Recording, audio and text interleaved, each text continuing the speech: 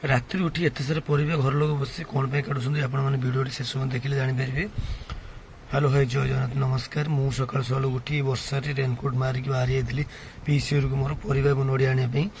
ଆଉ ତାପରେ ଘରେ ଆସି ପହଞ୍ଚିକି ପନିପରିବା ଏଠି ସବୁ ଧୁଆଧୁଇ ଆମର ଚାଲିଥିଲା। ସବୁ ଭାଇମାନେ ମିଶିବୁ ଗାଁରେ ଦାଦା ଭାଇମାନେ ସବୁ ମିଶିକି ଆମେ ବହୁତ ସାହାଯ୍ୟ କରିଥିଲେ। ଦୀପୁ ଆମର ଏଇଠି ସବୁ ମସଲା ମସଲି ଗ୍ରାଇଣ୍ଡିଂ କରିଦେଇଥିଲା।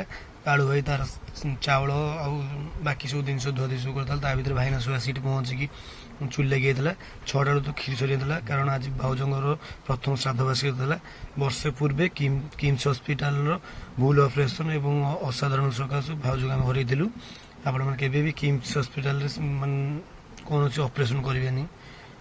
ତାପରେ ସଂକୀର୍ତ୍ତନ ହେଲା, ସେ ସଂକୀର୍ତ୍ତନ ହେଲା ଏଠି ସଂକୀର୍ତ୍ତନ କରୁଥିଲେ, ଯେହେତୁ ବର୍ଷିକାକୁ ହୁଏ ଆମ ଗାଁର ଅଛି ପ୍ରଥା। ତାପରେ ଦେଖନ୍ତୁ ଏଇଠି ଛୁଆ ଆଜି ବହୁତ କାନ୍ଦୁଥିଲେ ବୋଉକୁ ମନେ ପକେଇ ତାଙ୍କର, କାହିଁକିନା ଯେତେ ଯିଏ ସ୍ନେହ ଦେଲେ ଭାଇ ମାଆର ସ୍ନେହ ସବୁବେଳେ ପାଇଁ ନିଆରା।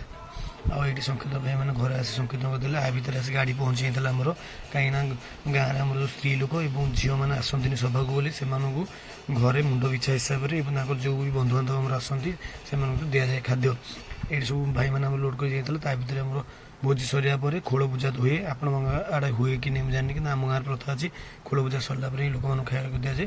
ତାପରେ ନିମନ୍ତ୍ରିତ ଲୋକ ଆସି ପହଞ୍ଚି ଯାଇଥିଲେ। ନିମନ୍ତ୍ରିତ ଲୋକଙ୍କୁ ସବୁ ଖାଇବାକୁ ଦିଆଯାଇଥିଲା। ଗାଁ ତ ଏଇ ସୌନ୍ଦର୍ଯ୍ୟ ବହୁତ ଭଲ ଲାଗେ, ଯେଉଁଟା ସହରରେ ଦେଖିବାକୁ ମିଳେନି। ତାପରେ ସବୁ ସାଙ୍ଗମାନେ ଆସି ମୋର ପହଞ୍ଚି ଯାଇଥିଲେ ଏବଂ ପରସ୍ପର ବହୁତ ସାହାଯ୍ୟ କରିଥିଲେ। ଭୋଜି ଭାତ ସରିଥିଲା। ତାପରେ ଆମର ବାସନ ମଜାମଜି ଆରମ୍ଭ ହେଇଥିଲା। ପପେଇ ସବୁ ମିଶିକି ଆମେ ଭାଇମାନେ ସବୁ ମାଜି ଦେଇଥିଲୁ।